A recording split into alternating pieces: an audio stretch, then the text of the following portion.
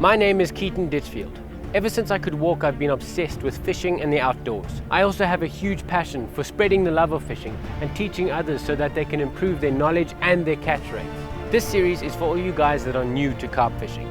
I'm going to take you through the baits, rigs, rods, pods, bank life, carp care, pretty much anything you need to know to get into carp fishing, and even give a tip or two that the most advanced anglers might not know yet. And this is my tip-top guide to carp fishing.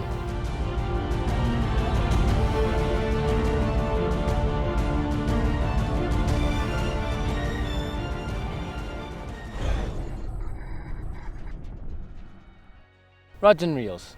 It's literally your connection to the fish. If you've got the right rods and reels, you'll have something that won't let you down and it can get your rig into the right place every time. What differs carp rods from other rods is that carp rods are designed for far casting as well as having a soft tip. Now carp have got very soft mouths, and a soft tip on your rod will make sure that it doesn't pull the hook out of their mouths. 5 things to look for when you're looking for a rod. The first thing is the length. You've got to find the right length for your type of fishing. If you do fishing where you've got to cast really far, a 12 foot would suit you. If you're doing smaller venues like park lakes and smaller dams, then you don't need so much. Maybe a 10 foot will fit you, maybe even an 8 foot. The second thing to look for is the test curve. Test curves is the amount of pounds of pressure that your rod makes when it is bent at 90 degrees. So if your rod is straight, it's doing nothing, and then when it's bent to 90 degrees when you're pulling a fish, that will indicate how much pounds your rod has. If you've got a longer rod, say a 12 foot, I'd recommend a 3.5 pound. If you've got a 10 foot, a 3 pound is great. And if you've got 8 foot, you want to go under 3 pounds because you don't want to put too much pressure. Third thing I recommend is you look at the eyes of the rod. Now, if you've got a 12 foot rod, I highly recommend a 50mm butt ring. Now the bigger the butt ring, that's the one that's closest to the bottom of the rod, the less resistance it has. So big butt ring, far distance, smaller butt ring, less distances. The fourth thing I recommend you look at is the portability of the rod. You don't want a 12 foot one piece rod. Those things are very difficult to transport. You can't just stick it in your car and go. You've got to stick it out of a window or put it on a roof rack. That's not convenient. 2 pieces are much better. I can fit a 12 foot rod in my Nissan Micro, which is quite a small car. Also they have 3-piece rods, but the 3-piece rods are less reactive. They don't feel as firm as a 2-piece rod. Number 5 is the recovery rate, is how fast that rod goes back to its center position when you cast. If the recovery rate is bad, the rod will move like this. It's kind of weird, and it'll create more of a resistance. If the recovery rate is fast, it'll flick and it'll stay straight and create less resistance when you're casting your line. My 5 recommendations on looking at a good reel. My first recommendation is to pick a reel with a smooth drag system. The smoother the drag, the better the reel will handle the fish's unpredictable lunges and runs. The second thing is the line capacities. How much line can you put on that reel?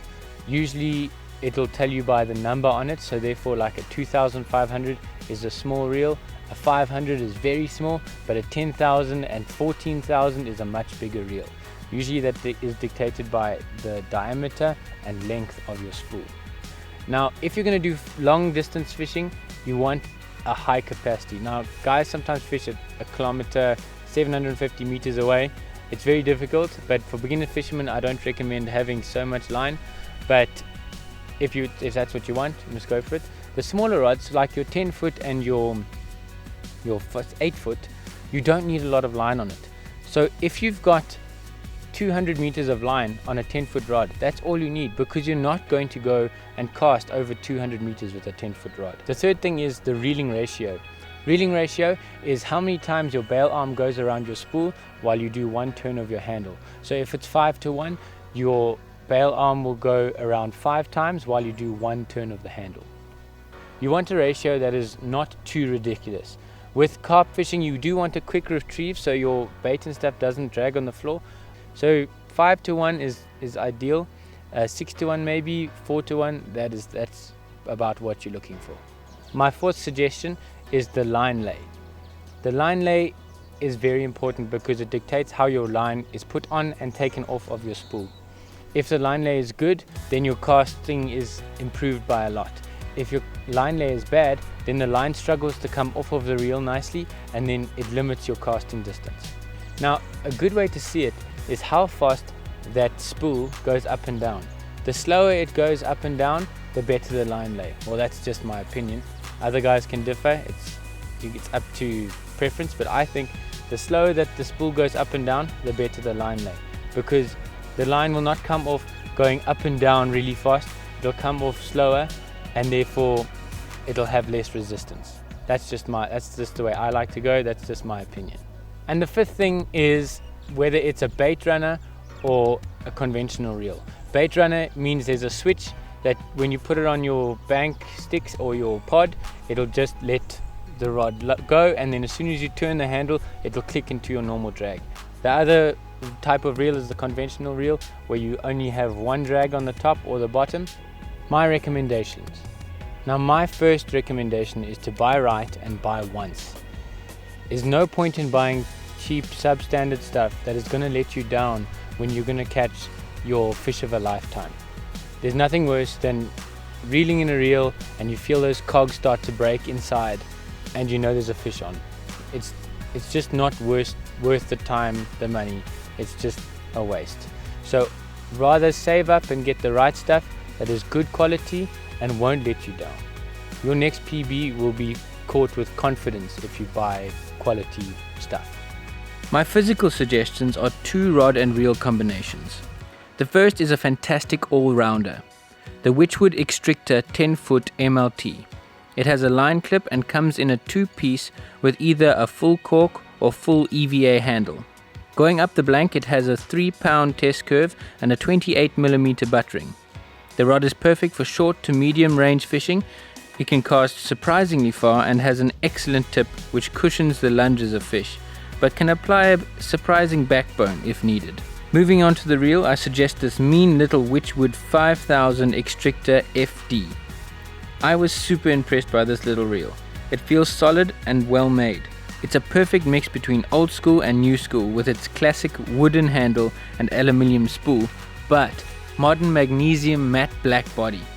It holds 237 meters of Wychwood DPF 12-pound fluorocarbon coated line, which is the perfect amount of line with the benefits of mono and fluorocarbon. It has a 4.8:1 reel ratio with a very impressive line lay for a 5000 reel. The last 2 things are that it has a super solid line clip and a super smooth drag.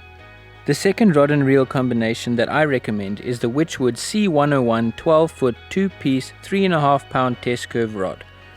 This rod is perfect for medium to long range fishing. Its semi-fast recovery rate and 50mm buttering can chuck leads up to 197 yards. The C101 has a really great finish with a laser engraved butt cap and a high grade cork butt grip. Moving up, it's got a gunmetal screw lock reel seat. This rod also has a line clip for better bite indication. Moving down onto the reel side of the combination, I recommend the Wychwood Riot Big Pit 75S. This reel is classic reinvented, with its classic wooden handle but far casting technology built in.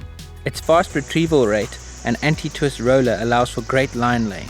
The 75S has a revolutionary ACS line clip which can be either used as a normal line clip or a smart line clip that allows you to unclip the line just by back winding. The reel has a large line capacity on its matte black aluminium tapered spool. It also comes with a spare spool which allows you to switch between lines when fishing different situations. The drag system is really smooth when it needs to be, but can be locked down to show off the reel's serious cranking power. The line that I suggest for this rod and reel combination is a 12 to 20 pound braid. This will unleash this setup's full casting potential. So that's it for this episode. You've got the 10 foots if you've got a smaller venue, and you've got the 12 foots if you really want to give a lead a good thump. So that's it. Let's see you next time on It's Tip Top Fishing. The next episode is going to be on bank sticks, butt grips, alarms and pods. Please remember to like, share, comment and do all those cool things, and I will see you next time on It's Tip Top Fishing.